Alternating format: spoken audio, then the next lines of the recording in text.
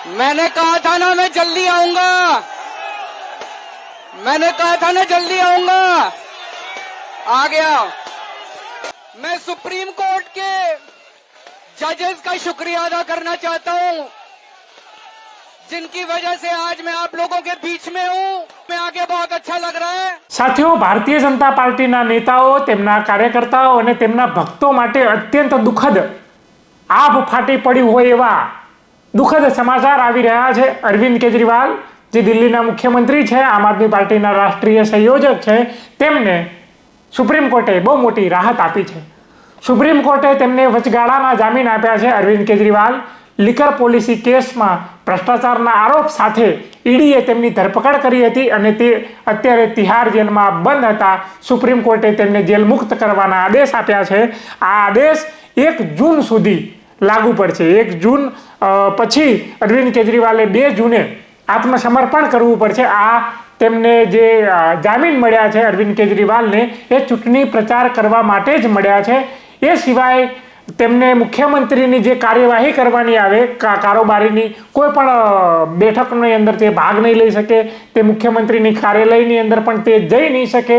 આવા restriction supreme court દ્વારા લગાવવામાં આવ્યા છે।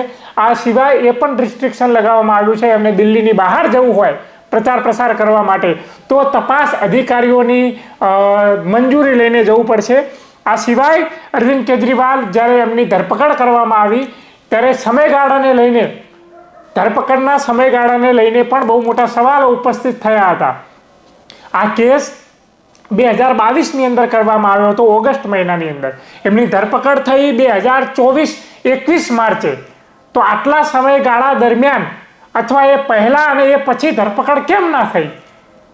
જ્યારે ચૂંટણી હતી ત્યારે જ તેમની ધરપકડ કરવામાં કેમ આવી? આ સવાલ પણ લોકો વચ્ચે ઉપસ્થિત હતા અને અત્યારે એ સવાલનો અત્યારે સુપ્રીમ કોર્ટે પણ તેમને રાહત આપી છે। અરવિંદ કેજરીવાલને જેલ મુક્ત કર્યા છે એટલે અરવિંદ કેજરીવાલને સારો એવો અવસર મળ્યો છે અને મોકો મળ્યો છે, અને મોકા ઉપર ચોકો લગાવવાનું અરવિંદ કેજરીવાલ સારી રીતે જાણે છે।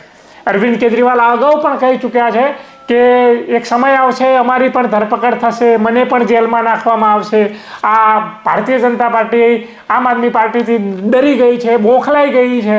આવા આરોપો અને આવા નિવેદનો અરવિંદ કેજરીવાલ અગાઉ પણ આપી ચૂક્યા હતા।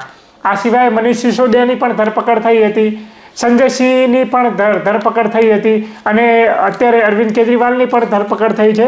હા, જોકે અરવિંદ કેજરીવાલને કંઈ દોષ મુક્ત નથી કર્યા। અરવિંદ કેજરીવાલે ફરી પાછું જેલમાં તો આવવું જ પડશે। પણ તમને શું લાગે છે મિત્રો કે આ અરવિંદ કેજરીવાલની જે ધરપકડ થઈ છે અને એ બાદ જેમને જે જામીન મળ્યા છે, એ પછી લોકોની સંવેદનાઓ, લોકોની સહાનુભૂતિ અરવિંદ કેજરીવાલને મળશે ખરી? શું અરવિંદ કેજરીવાલને અને આમ આદમી પાર્ટીને આ જે કેસ થયો છે એનો ફાયદો થશે કે નુકસાન? તમારું શું કહેવું છે અમને કમેન્ટમાં જણાવી શકો છો। જોતા રહો ક્રાંતિ માર્ગ, ઇન્કલાબ જિંદાબાદ।